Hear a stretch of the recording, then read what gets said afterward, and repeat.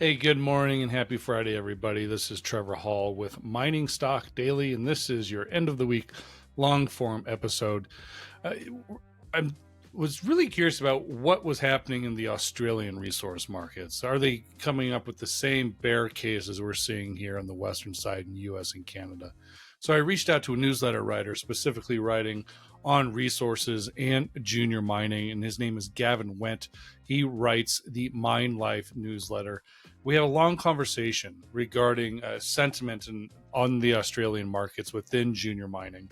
And then we kind of broaden it out a little bit and really talk about, because Australia is such a massive commodity producer and the world continues to see de-globalization, what is Australia's role going to be moving forward?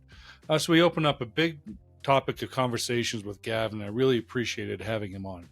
Special thank you to Arizona Sonoran Copper, Fireweed Metals, and Western Copper and Gold for their continued support of the podcast. As you can tell, we're sitting on YouTube and also on the podcast network. So if you could hit that like, subscribe, all that fun stuff, maybe share it with a friend, it'd be greatly appreciated. We thank you for that. All right, let's jump into my conversation with Gavin.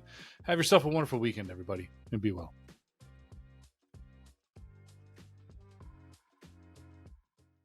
Hey, everybody, welcome into Mining Stock Daily. This is your Friday long form episode here on MSD. I'm your host, Trevor Hall. It's a lot of people understand that we do not cover much, if at all, the Australian Securities Exchange in the resource sector from the great country of Australia. We're going to kind of check in actually for this long form episode because there's a number of things happening. I want to know if it's the same sentiment in Australia equities as it is in North America. I also want to know how Australian resource investors are watching the big moves in the big boy producers and miners as well. So I'm happy to welcome in Gavin Wendt. He is the publisher of a newsletter called MineLife. You can find his website, minelife.com.au, and he's a first-time guest, obviously. So Gavin, welcome to Mining Stock Daily. Thank you, and it's an absolute pleasure to be here.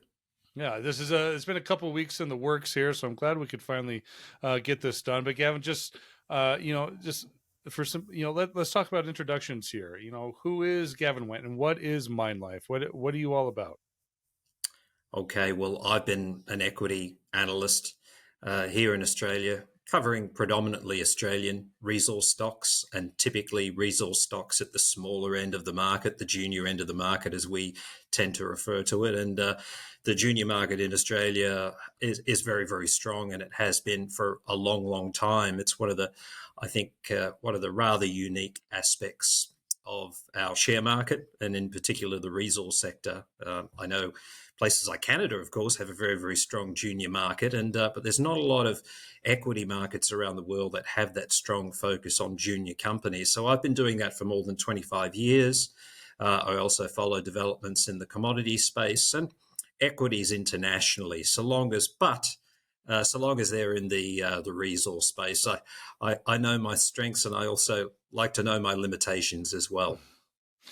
So what are specific type of junior exploration that you focus on? Are you metals agnostic, or do you focus on a specific metal? I'm commodity agnostic. So for my readers, and I write a newsletter, a daily newsletter, we pretty much cover everything because there's always interests in the breadth of commodities. So we're talking about bulk commodities, iron ore and coal, precious metals. Gold, of course, is probably the most exciting and where the most interest lies, but we also cover the platinum group metals and silver. Energy of all forms, in particular oil and gas, which isn't going to go away anytime soon. And we also look at some of the strategic minerals, things like cobalt and lithium and rare earths as well. So everything's up for grabs as far as I'm concerned. Mm-hmm. What got you started in here? Wasn't any of your mentors capable of saying the junior resource sector was maybe not a great place to spend the rest of your life? Yeah, look, causing grey hairs. Absolutely. I don't think anybody that's involved with the junior end of the market escapes without grey hair. but it is a very exciting place to be. And of course, it's very volatile. As we know, share markets around the world, equity markets are volatile at the best of times, and they seem to have become more volatile over the last 20 years. When you look at the resource space, that's even more volatile again. And when you look at the smaller end of the resource market, it's volatility to the max, but that's also what makes it exciting. And over the last 5 to 6 years, we've seen an incredible increase in not just positive sentiment with respect to the resource market in Australia, but also, most importantly, what has accompanied that is the ability of companies, small companies, most of them exploration companies that don't generate their own income, the ability of those companies to actually raise significant amounts of funding. Now, probably over the last 6 to 12 months, that's declined quite significantly as sentiment across the world has declined. There's been a pullback in terms of funding for all companies. But generally, the last 5 to 6 years have been very, very positive as far as the resource space here is concerned. There's kind of a tale of two cities going on here. You observe, you've mentioned the lack of capital in the exploration sector. But for many years, Gavin, we've been talking about how little investment the resource sector has actually had. And we're kind of coming up into a crunch time here where these resources that we expect to have just aren't going to be as readily available because of decades of lack of investment on this side. And here we are in a global macroeconomic environment where people are holding on to their capital pretty dang tightly. Risk is very off, and therefore it's hurting the resource sector, specifically early exploration plays. So that's one side of the story. The second side of the story is that the major producers, the Newmonts, the Rio Tintos, the BHPs, you're starting to see them make moves and thinking 30, 40 years down the road. How do you kind of approach this bifurcation within the mining sector? If we just stick with mining, how do you approach this bifurcation and communicate this to your readers, knowing that, well, if the bigger companies continue to move forward, so must we, and really get through the slog of a really volatile macro environment? It's a really interesting point that you raise, and you're 100% spot on. Uh, of course, I think what's exacerbating it, of course, and it's happened since COVID, where government spending has seemingly focused on, it's referred to as renewable energy spending, but a lot of, I don't like to refer to it that. I like to call it alternative energy because a lot of it isn't renewable. I mean, it sounds great, the sun and wind, etc., and wave energy, but that's nice conceptually. It's nice and green and fuzzy, but of course, you have to have significant amounts of materials and infrastructure to capture that energy and turn it into a reality, to feed it into our electricity systems and power our homes and businesses. And that's what people forget about in terms of oil and gas being replaced and coal being replaced with alternative energy. We're looking at a 10 to 15 times upscaling in mining.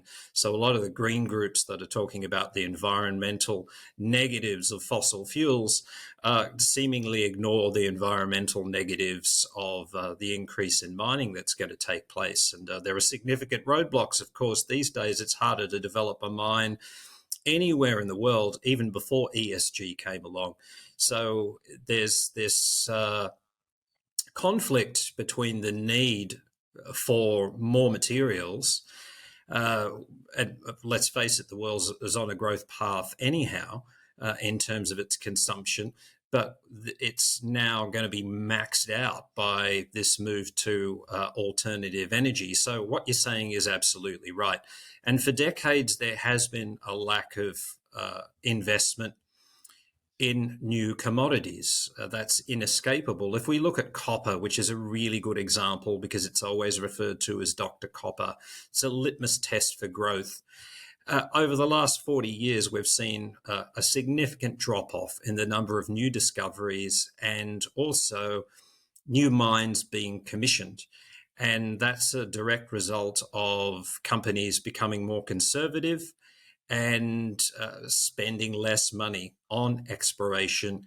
And effectively, exploration is R&D for a resource company. So if you pull back on your R&D during tough times, that's limiting your business in the future. And we've seen that right across the industry. And the mining sector over the last 20, 25, 30, 40 years even has in many instances been, unfortunately, a significant destroyer of value. We've seen companies, major companies, as you referred to them, acquiring projects and getting very aggressive with respect to corporate transactions, often at the wrong time, often at the peak of the market. Oftentimes you can pick a peak in the market by how active some of these major miners are. We've seen, for example, in Australia, BHP Billiton, or BHP as it's referred to now, but BHP Billiton back in the day, and Rio Tinto, between them, destroying probably tens of billions of dollars of shareholder value, simply because of the fact that they were looking at transactions and doing deals at exactly the wrong time in terms of the market cycle. And that wasn't necessarily looking ahead. That, in a way, it was very short-term mindset, i.e., commodity prices are rising. We're going to be in this commodity. And sometimes a lot of those transactions that they attempted were value negative. They certainly weren't value accretive. So that's been the problem. And what we've also seen, fund managers have punished a lot of these companies, particularly in the gold space. We see a lot of value destroyed 20 years ago in the gold space with similar corporate activity. And as a result of that, companies became a lot more conservative and have become a lot more conservative. So it's been more focused on generating profits, giving profits back to shareholders in terms of dividends, and not necessarily engaging in expensive corporate activity and bringing new projects on stream. That's been the lesson I think that companies have learnt over the last 5 to 6 years. That mentality is starting to change again on the part of big companies, because they are starting, we'd like to think, looking ahead. And if we're looking at a world of alternative energy, then we're right to expect big companies to start engaging in major exploration programs, major acquisitions, because, as we said, on average, 10 to 15 times more of these materials need to be found and mined over the coming decades if we're going to meet these alternative energy targets. So, at the moment where we are in terms of equity markets, companies are being punished, investors are taking money out, but what that effectively does is it probably exacerbates the problem, because it just means that those discoveries aren't being found, projects aren't being brought on stream, and it's going to contribute to an even greater price spike down the track. Let's talk about the differences between excuse me, the last cycle and this cycle, and how companies are behaving, I suppose. You mentioned last cycle, a lot of those big companies made poor decisions, and I wasn't a part of this business during that cycle, but I heard a lot of horror stories of, major companies going in and spending a lot of money, more money than they should have, for an exploration project or exploration company, downright acquisition. So that was obviously the top of the cycle. And we fast forward to where we're at now, in wherever we are in this commodity cycle. And maybe that's a good question to start off. Where are we at in this cycle? But it seems like it's early stage, and these companies are maybe behaving a little better and taking a little bit less risk. Instead of making full acquisitions, they're taking strategic investments. They're taking small steps into these companies. And on top of that, they also have investment competitiveness from OEMs that they're finding now too. And so is there a little bit of is there a competitive gauge there that they maybe wasn't there 10, 12 years ago? I know that's a 3-part question, but I'll let you do your best. Well, I think the acquisitions previously, a lot of them were to do with ego and size and being the big kid on the block, no matter what commodity it was. And I think there was some unhealthy competition amongst some of the world's major miners in terms of wanting to have scale for scale's sake, and that led to some rather short-sighted moves. And look, maybe the acquisitions themselves weren't without logic, but the prices that were paid for assets just weren't reasonable. I think companies this time around are being a lot more measured. We're seeing companies dipping their toe in the water. First, I think the structure of deals, as you've mentioned, that farm-ins and that sort of thing. Certainly the prices that are being paid for assets are a lot more reasonable so that they can be justified to shareholders and to the market in a much more positive way. Previously, in previous decades across the mining sector, it really was about scale and size. And it wasn't so much about project economics and investment returns. And we saw errors made by not only large companies, but I guess what we'd probably call tier two mining companies, companies that were had been very, very successful, if you like, in terms of perhaps making a discovery, perhaps making several discoveries, turning those discoveries into commercial operations and running them successfully. But the market often demands, investors often demand growth. And sometimes companies can go out of their way and start to put, I guess, the technical understanding that's the sound principles that's gotten to them to where they are successfully. They can start to put those principles aside as they start to chase growth because that is expected of them. And sometimes it's not the right thing to grow. Sometimes it's absolutely fine just managing the assets that you've got as best as you can and generate the best operating margins that you can and give that money back to shareholders and not feel pressured to acquire another asset or to find another asset. And oftentimes that mindset will happen. That pressure will ramp up at exactly the wrong time. When commodity prices are running very, very strongly, when there's a lot of money around, investors are pressuring companies to engage in acquisitions. And of course, acquisitions are best done at the bottom of the market, not at the top. So sometimes even the best principled of company management teams can get caught up in the hype. And I think that's the most important thing, is to always look for value. And sometimes those principles can go out the window when money is freely available. We sometimes forget about the fundamentals, and fundamentals tend to be adhered through during the toughest of market cycles. But when we reach, when greed is at its peak, which it still seems to be at the moment, it's a situation where companies can sometimes make very poor decisions. Do you think greed's present at the moment? You really think that, huh? Looking at some of the data that's coming out and some of the information that I've read over recent days, the investor sentiment is still quite high. I think those that are still in the market are still quite greedy. We've obviously seen a significant amount of money come out of the market over the last 6 months, probably last 6 to 12 months. There've been a lot of money made in the resource sector over recent years. And that can be problematic too, particularly when we're talking about, for example, new listings, initial public offerings. I think one of the best indications of how greedy a market is and how close to a peak a market is are the numbers of new public offerings, new floats that are coming to market. And probably about 2 years ago, we started seeing a plethora of junior companies starting to get listed here, new offerings. And look, it's probably very similar to North America. There are already a lot of junior companies that are already established with projects, etc. My concern with these new offerings is it really has to be something unique. It has to be something significant to attract attention.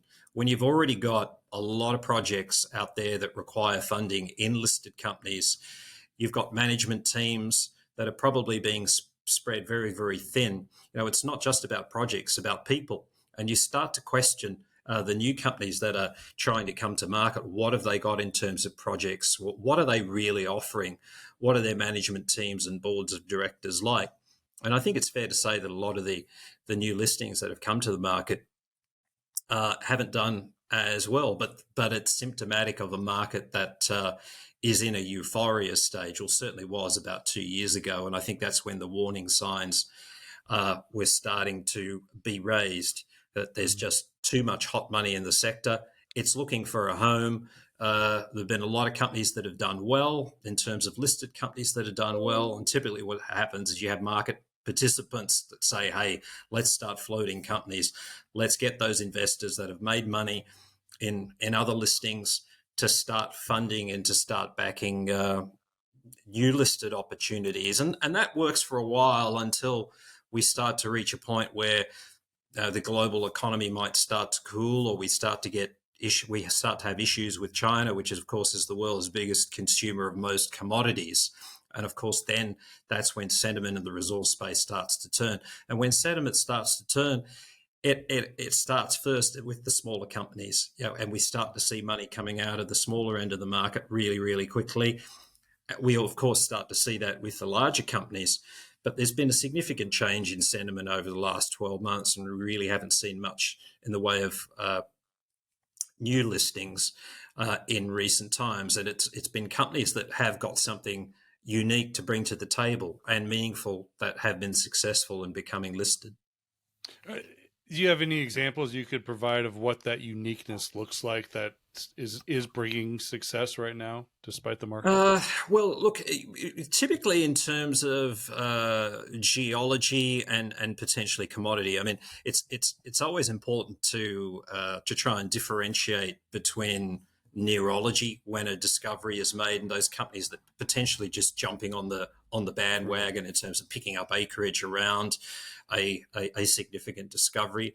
I mean, a good example would be the Julimar discovery, platinum group nickel copper discovery in Western Australia that was made by a very, very junior company, Chalice Mining, here in Australia a couple of years ago, back in 2021. And the company at the time was trading below 20 cents in share price terms.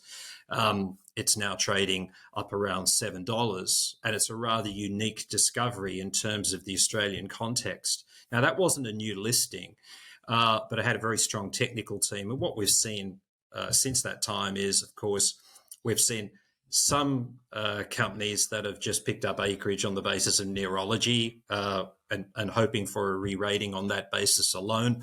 But there have been some companies that have been in the pipeline for a significant period of time that had also shared a similar positive view about geology, and those companies have successfully come to market. So I guess you could probably say I'm looking at this in a positive way and saying, hey, some of the IPOs, some of the listings that come to market are on a sound technical basis in terms of an appreciation of an underexplored area, and some of the work that might have been done there historically that may not have been conclusive. And as we know, what's happening a lot these days is companies are going back to relatively unexplored areas like Chalice with Julimar, only an hour out of Perth, and finding a world-class platinum group metal deposit. And some companies, other companies have also shared that vision, and those are the companies that have been listed. So that's a really good example rather than just the neurology. I think also commodity-wise as well, what we're seeing in Australia, and I'm sure it probably coalesces with what's happening in North America. We're seeing a big focus on lithium, a big focus on rare earths. Some companies, of course, have been well ahead of the curve and have put together new listings on that basis because perhaps an area or a geological province that hasn't previously been explored for lithium or rare earths, and that's the basis of their listing. Other companies, of course, are just neurology plays, hoping to be successful on the coattails of companies that are probably doing all the significant and meaningful technical work. But I guess you get that in any market environment, and it's up to investors to put their technical hats on and be as astute as they can between sorting the wheat from the chaff, as it were, in terms of credible companies from the not so credible. You mentioned lithium, and while you were kind of answering that, I was thinking in the back of my mind about how Patriot Battery Metals started their dual listing on the ASX, and obviously that incredible boost of liquidity. And I'm just kind of curious the timing of that. Obviously, that's a project that had great exploration success before the listing on the ASX. I mean, is that a good example of just really the hunger of an Australian resource investor and speculator wanting to have access to good projects anywhere in the world, and really trying to get those companies, maybe they're trading in the western half of the world, to actually come to Australia so the Australians could have their own liquidity in those equities. I think that's a good point. Look, the history of Australian exploration is that a lot of the funds have been invested here. Yeah. And a significant reason for that is that a lot of Australia, pretty much all the states in Australia, are very, very prospective for minerals. But at the same time, of course, there's always a feeling that the grass is greener in other jurisdictions, and particularly as asset prices have increased over recent times. Just a helicopter flying past here at the moment. But as asset prices have increased and opportunities for junior companies to farm into good quality projects have gone up, particularly domestically, they are looking offshore. And investors love places like North America, Canada, the United States of America, primarily because of a lack of sovereign risk. The fact that if a company spends dollars on a project, they won't have the government taking the project off their hands. Look, unfortunately, there have been some negative experience with other parts of the world. We're talking about Africa and those sorts of places. You in South America, you're never quite sure about tenure, and so investors are increasingly looking at places like here, United States and Canada, and we've seen a flood of junior companies, for example, in the James Bay area, picking up projects there. And the other thing that's incentivized investors is the attitude that both federal governments and provisional governments have had in the United States and Canada towards resource projects. The Inflation Reduction Act has tipped the balance to some degree with respect to where Australian investors will spend their money. Because if you've got a lithium project in Australia and potentially that same lithium project in the United States, the financial incentives in the United States are significantly greater than what are offered here. So investors are rightly saying, well, look, let's back company A that's got a similar project in the United States rather than company B that's got almost an identical project here, because there are incentives that are on offer there. The whole environment is a lot more favorable and by definition, a greater chance of success, commercial success, backing the North American project than maybe the Australian project. And maybe even if the chances of success are similar, things are probably going to be more accelerated in terms of that success timeframe in North America than it is here in Australia. There's another story out there that's had a lot of success, and WA1 or WA1, and the niobium. It's a niobium project, isn't it? I mean, you can just kind of sense there's so little. I mean, I hate to say it, but there's so little success in exploration globally right now. That anytime we have a story, whether it be on the ASX or the venture exchange or anywhere, that people really want to start chasing those things because they are taking a lot of the limelight here. What can you follow us up with WA1 or however you pronounce that? Is it WA1? What they're doing and why they've had so much success with niobium? Are we in a niobium boom right now, or is this just pure great exploration? Well, look, niobium is not a new commodity. It's sometimes referred to as a rare earth. And as we know, rare earths aren't rare. What's typically rare about rare earths is actually trying to find them in commercial concentrations, because the nature of the mineralization, the nature of rare earth deposits can be that they're quite potty and sporadic. Mm, And unlike a gold operation where things can be relatively straightforward when you make a discovery, a commercial discovery in terms of processing, etc., looking at a niobium or a rare earth deposit, there are a whole heap of potential unknowns once you make a discovery. And so you've got to look at things like metallurgy, you've got to look at consistency. In the case of rare earths, you've got to look in terms of commerciality at what are the key components, what are the key rare earth components, because rare earths, all rare earths aren't valued the same. There's quite a mm, significant disparity between the various components. So uh, one rare earths deposit won't necessarily stack up against another one's on the basis of uh, metallurgical problems, processing issues. The various constituent components can mean that one rare earth deposit is valued a lot higher than others. But in the case of WA1, they've been very, very successful because they're essentially a new story. I mean, they're in Western Australia, and across on the other side of Australia, on the east coast, uh, there was a company called, which is still around, Alkane Resources, and they mm. had a niobium deposit, and it's being progressed very, very aggressively and commercially, and it's on the verge of being funded.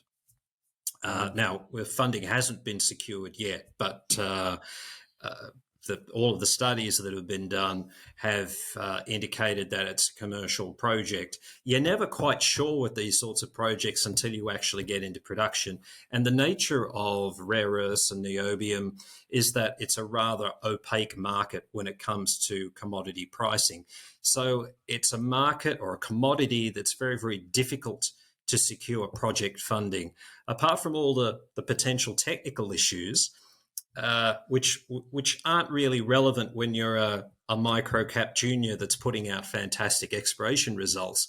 But as your market cap grows in size and becomes more significant, investors start asking these tough questions, and they want meaningful answers. And you can provide answers at every step of the way through, but you're never 100% sure with these types of projects until you make it into production. And even then, it can be problematic, and you can have issues bedding projects down and achieving and maintaining consistent production. So we see a lot of these opportunities that do very, very well in the exploration stage and attract a lot of market interest.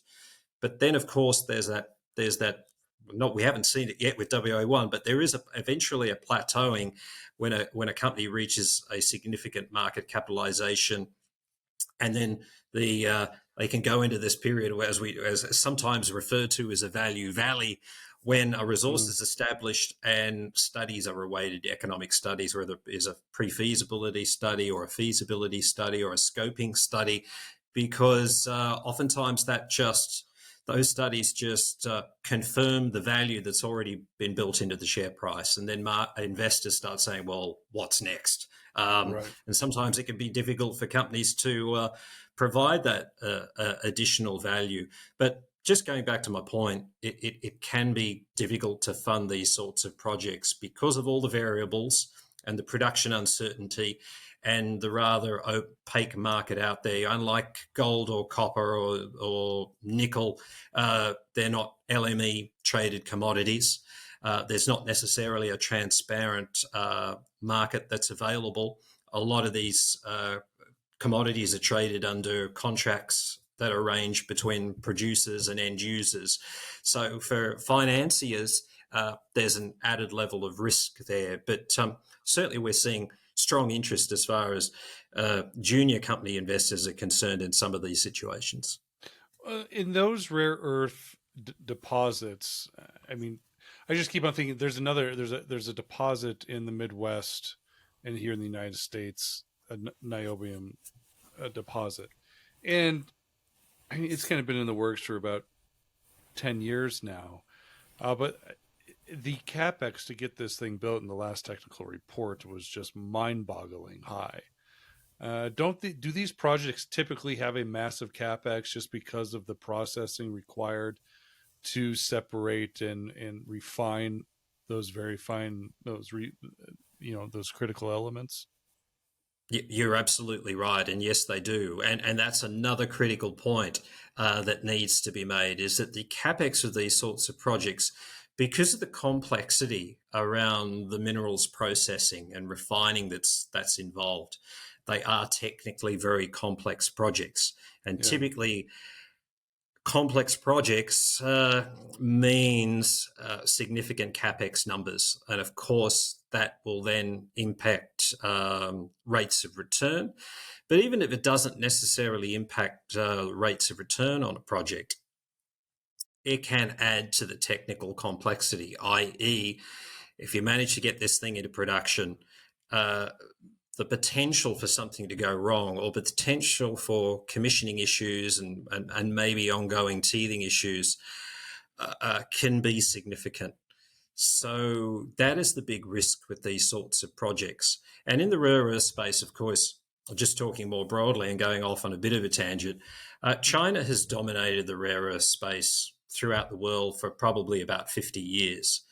And we've seen reasonably consistently over the last 50 years periods where the West has said, hey, we've got to change this situation, we've got to address it.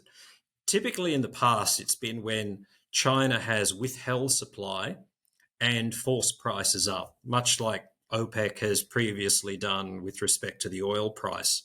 And ultimately, end users start to get annoyed by this practice, being held to ransom and forced to pay higher prices. And they start to talk more aggressively about ending the dominance of China and potentially funding new sources of supply in the West. The issue has always been that prices inevitably fall, and those that have been grumbling about China having market dominance in rare earths, the bottom line for them is price is everything. So as prices fall away, the urgency for new supply falls away, particularly when they know the market knows that China is a low cost producer. Typically, prices only rise when China want to raise prices. And Right. rare earths is a very dirty business. The mining and the processing is a dirty business. And if you want to do it in an environmentally friendly way, you're going to have to pay more. And end users in the past have not wanted to pay more for projects that can supply rare earths in an environmentally friendly way in the West. They'd rather buy the dirty stuff coming out of China at a lower cost. It's only now, probably in the last 5 to 6 years, as governments in particular, we've got the strategic nature of Mm-hmm. these sorts of materials being used increasingly, that governments in particular are now stepping in and saying, hey, we're prepared to incentivize companies and we're prepared to subsidize alternate sources of supply. But it's not an easy thing to do because whilst governments might have a view, ultimately the ESG industry is stronger than ever. And we've seen massive rare earths deposits, for example, in Greenland, one of the biggest rare earths deposits in the world. The Greenland government is very pro-green energy, but they're not necessarily that pro-mining. And so projects like that have not yet been developed. And I think we're going to see issues with that throughout the West. Uh, a lot of people Yeah. that say they're pro-renewable energy or alternative energy have got to walk the walk, not just talk the talk. They've actually got to support mining projects in the West. But at the moment, there's a lot of NIMBYism, not in my backyard. I love green energy or I love alternative energy, but I don't want to support mining because I don't like mining. It's a dirty industry. And there's that conflict. So people want to be seen to be green, but they don't want to fully commit to the process that will allow renewable or alternative energy to happen. I like that term. They want to be seen to be green. You're absolutely You're absolutely right about that because they care so much. Uh, and I'm not a huge, obviously I'm not a niobium expert, but I would assume that if this project on the eastern side of Australia does, get financed and permitted and built, that it probably wouldn't take a whole lot of niobium to put on the market to really fluctuate price. And so I guess maybe it would take a lot of niobium, but it just doesn't seem it's such a small market. I would assume that prices would come down. Anyway, something I'm thinking about. I kind of want to get big picture here, and one of the things I've been really wanting to ask you uh, is Australian resources role going forward as the world changes. Uh, China is the largest, if not one of the largest consumers and buyers of Australian resources. And the world is obviously changing. There's these geopolitical tensions. We talk about de-globalization here in the West, but that puts a really sticky spot for Australia as a source for a lot of what the world needs. What is the how do people approach this right now in this historical time where the cycle is changing, the political geopoliticalization of everything is changing, and the world, I think it's fair to say, in 20, 30 years is going to be a lot different looking then as it is now. How's the Australians approaching all this right now, Gavin? If I'm looking at this question from the perspective of Australia's resource industry and our reliance on China as the world's biggest commodity consumer, it's a really interesting one. I mean, Australia has done really, really well the last 20, 30 years out of China, going back to probably around about the late 90s, early Mm-hmm. noughties, which is when China really started ramping up its purchasing of commodities in a major way, particularly things like iron ore. When it kicked off its construction boom around about 2000, iron ore prices back then were trading at around long term about $20, $30 per ton. And a couple of years ago, they got as high as 220, 250, even up to $300 per ton. They're still trading at about $115 per ton. That's still well above the long-term price where they were for decades, around about $20 to $30 per ton. Mm. So China is still important. And there's been the China factor has played out with respect to a whole heap of commodities, not just iron ore. Iron ore is probably the most visible one. And China is far and away the world's biggest consumer and importer of iron ore. And Australia has benefited from that.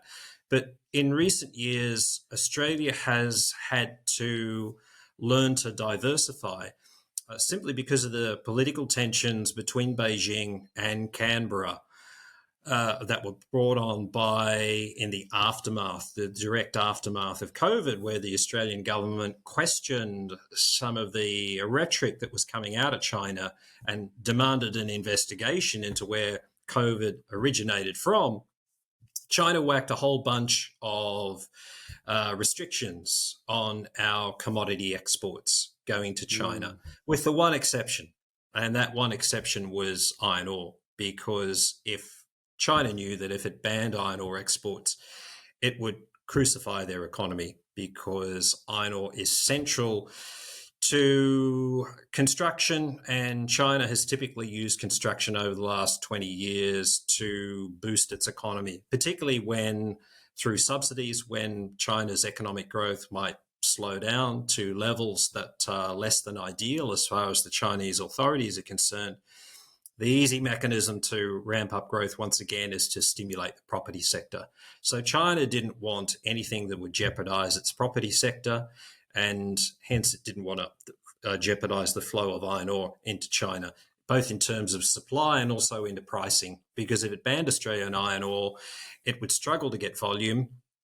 The other two big producers in the world, Brazil number 2 and South Africa number 3, would not be able to supply volume, and the price of iron ore would go through the roof. And that would, of course, dramatically impact the margins of China's steel producers. So, the long-winded way of saying that Australia has looked for alternative markets for a lot of its commodities, not just hard commodities in terms of resources, but also soft commodities, things like wine and agricultural products. Right. India has been a major consumer of Australia's coal over recent years and other agricultural products. And what's interesting is what we're seeing now is that India's population has overtaken China. It's a much younger population. Really, it's looking more like a more dynamic economy than China is. China is sort of entering that phase where it's looking a little bit more like Japan rather than the dynamic sort of growth engine that it was 20 something years ago. And so relationships between Australia and India, for example, are stronger than they ever have been. And agreements in terms of the supply of commodities are more significant, and we're supplying more commodities to India than we ever have. So the China situation has been really useful for Australia in terms of foreign exchange and having a stable buyer of our commodities. All of a sudden, stability got impacted a few years ago, but the resource sector has been very quick to adapt and evolve. And in a way, it was a blessing for our resource sector, what happened with respect to China, because it's forced our economy in terms of our exports to seek out alternative markets. Because the feeling always was, what happens if China falls over? We need to diversify our exports, and we have essentially done that.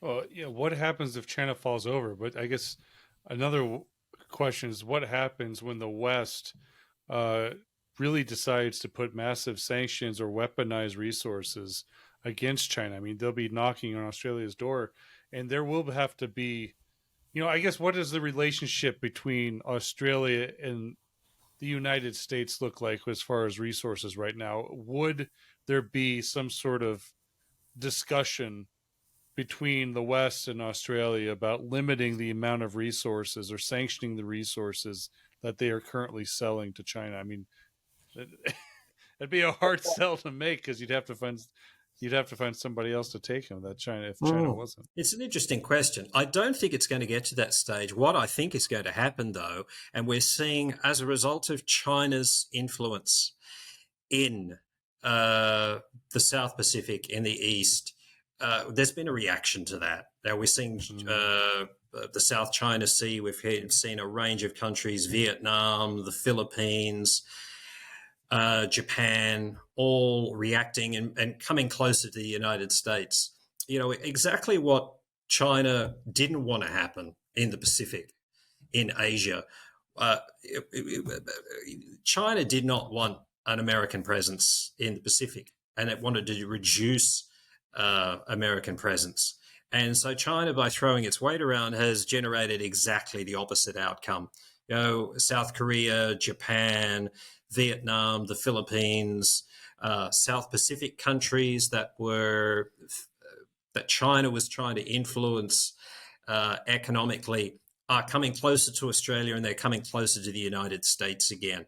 Of course, the Taiwan situation as well. So the way that's working against China, and we've seen stronger military ties between Britain and Australia and the United States. We've also got Australia, the United States, India, and Japan working together militarily. So what I see happening is Australia is in an ideal location, low sovereign risk. We want to develop our critical minerals, and we have natural buyers for those commodities within the West. If you look at Japan, still a major trading partner of Australia, India, increasingly a major trading partner, United States requires these strategic materials and has got value-adding processing onshore. I think Australia is in an ideal place and will increasingly sell more of its commodities to the West. Before we let you go here, Gavin, I do want to be cognizant of your time. Just kind of curious if we can kind of get back to Australian equities, resource equities here. Um, things are pretty dire, obviously, on this side of the pond, and you expressed similar concerns in Australia. Is it more of a fundamental factor that might get things moving again, or a technical factor regarding things just being completely silly overbought, and um, there's people just the market comes in and starts buying the bottom here, or is it more of a fundamental where the macro just has to improve, interest rates have got to be normalized, and people have got to have clarity? I think we need to have confidence back in the market, and the only thing that will bring confidence back to the market will be uh, uh, confidence that we have emerged from a potentially recessionary environment.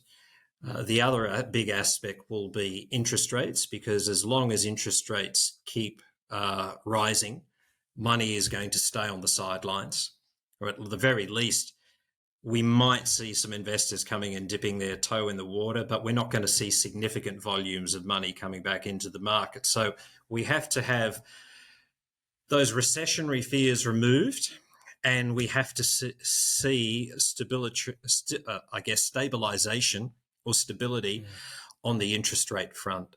Until we see that, commodity prices really aren't going to go anywhere. We're going to see some trading and some speculation.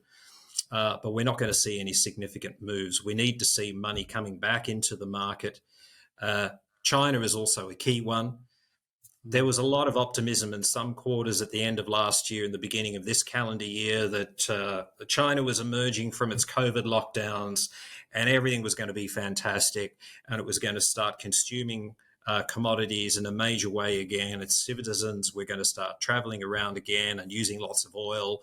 They're going to start flying, and aviation fuel demand would go through the roof.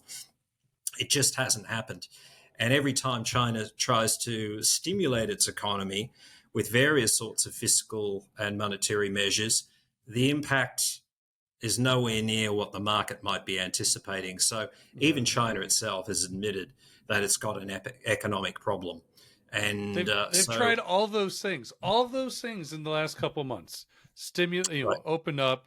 COVID lockdowns are over. Then they stimulate the thing. There was word of that a couple of weeks ago, and it still hasn't done anything. I mean, it's the biggest macro blooper I think I've seen in quite some time. Absolutely. And so when you've got the world's biggest commodity producer with an economy that really isn't going anywhere, that in itself is probably the biggest factor that will drive sentiment and ultimately money coming into the resource sector. Now, in terms of what sort of time frame are we looking at with respect to recessionary fears easing, interest rates stabilizing, some level of confidence coming back into the Chinese economy, 6 to 12 months perhaps. It's really, really difficult to say. But what will probably start to happen at an equity level, at a company level, and this is where I guess you started out the conversation, is we are starting to see corporates themselves, mining companies big and in between, taking advantage of the market situation with respect to depressed commodity prices and depressed equity prices for some of those companies that are developing good projects but can't necessarily find project funding in this environment. It's a buying opportunity for them because they know where commodity prices are going to go in 5 to 10 years' time, and there is going to be that shortage. So it is working in the favor of the big miners to look at corporate transactions, to look at deals now, so long as they make sense and so long as they're not overpaying. And I guess if they're buying projects in this environment, they are doing it at the top of the cycle, at the bottom of the cycle, should I say, rather than the top, which is typically where a lot of those decisions have been made in the past. I forgot to ask you. I've recently heard of you. You did an interview with, I think it was Bloomberg, when the news of the Newmont deal with Newcrest was announced, and so that's how I first got exposed to your work and why I reached out. And so I forgot. I got to ask you about this. I mean, are the Australians at all sort of sad to see their great Australian gold producer being acquired here, or is the, just another, check mark off the old M&A list? Look, I think there's a certain degree of emotion associated Yeah. with this. Not Newcrest was our biggest, far and away, our biggest gold producer, Mm. and it was a multi-mine operation that had significant history. So I think there logically is some degree of emotion attached to the company. There was also this feeling in the market, as there often is, that, well, Newmont got a bargain. Newcrest should have attracted a higher offer.